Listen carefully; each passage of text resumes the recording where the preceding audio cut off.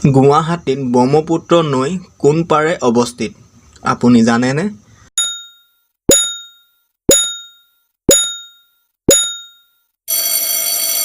ইয়াৰ শুদ্ধ উত্তৰটো হ'ব দক্ষিণ পাৰে। অসমৰ প্ৰধান নদী দুখনৰ নাম কি কি? আপুনি জানেনে?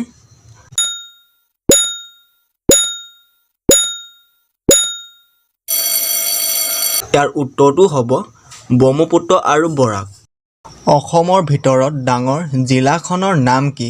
আপুনি জানেনে?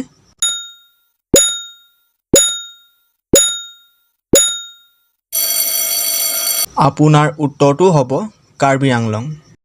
অসমৰ পশ্চিম সীমাত অৱস্থিত বিদেশী ৰাষ্ট্ৰখনৰ নাম কি? আপুনি জানেনে?